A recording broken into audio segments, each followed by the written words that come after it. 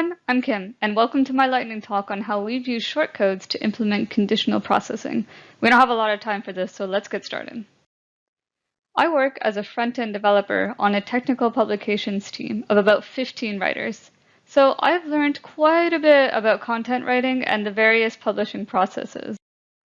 In our company, some of the documentation content is shared between products. In particular, many components are available in both a hosted and on-premise environment. And while most of the content is similar between both environments, some content is environment-specific, which meant we'd be dealing with different audiences depending on where our content is facing client-side.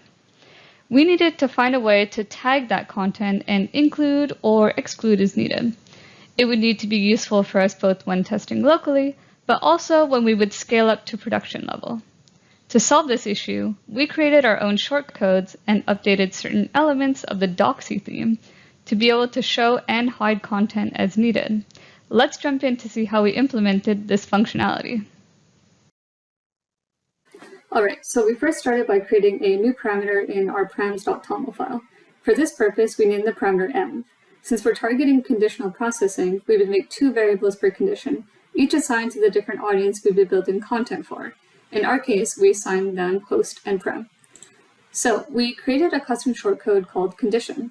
Basically, this shortcode takes in one parameter when being called and compares it with what our active environment is in our params.toml. If they match, it'll display the content, and if it doesn't, it won't.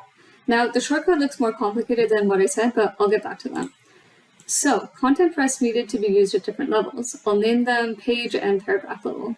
At the page level, we made sure to add the condition to the front matter. The entire page is invisible or not, depending on the active environment. However, at the paragraph level, we could have a mix of both shared, hosted, and on-premise content. This didn't require us to make distinctions on the front matter because it's technically a common page. Sounds simple enough if you're just dealing with content, but what about your table of contents, search results, or related topics that aren't part of the active environment? Here's a few files that we needed to modify. So we used a docs type layout for our content, so we needed to modify its core structure. Pretty clear. If the active environment matches at the page level, show it. If it doesn't, display a 404 page. Otherwise, it's a common page and we can show it without any restrictions. The related topics are a list of pages that topics reference for similar content. Again, we need to make sure only common pages or matching environment pages pass a check to be displayed. Also, our table of content links in the left navigation need to be filtered as well. We can't have a link there that goes to a 404. So if it's shared or matched, we make a link. If not, we don't make a link for it. Search results are another area where links are generated. So we needed to make sure we also pass checks on here to make sure the search results lead to a page that corresponds to a common result or a matching environment result. All right, so now we're going to go back to that condition shortcode. Content in these opening and closing tags can be complex. In a perfect world, it would have just been Markdown and that would have been really easy to render, but we have awesome shortcodes.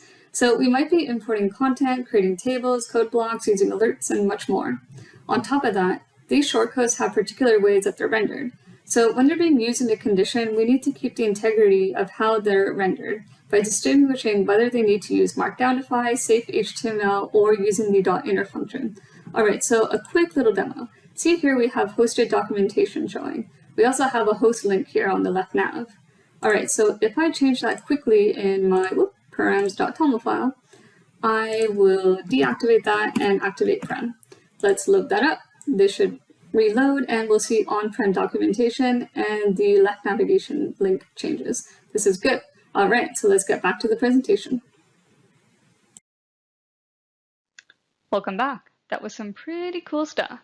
So, in the future, we'd like to expand on how we're using these environments.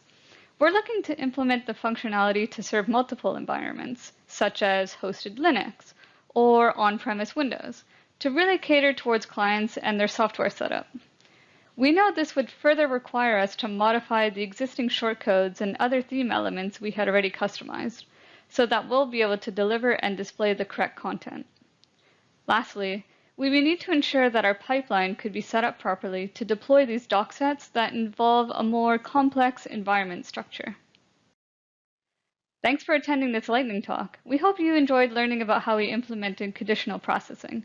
Please don't hesitate to reach out if you have any questions. Thank you and goodbye.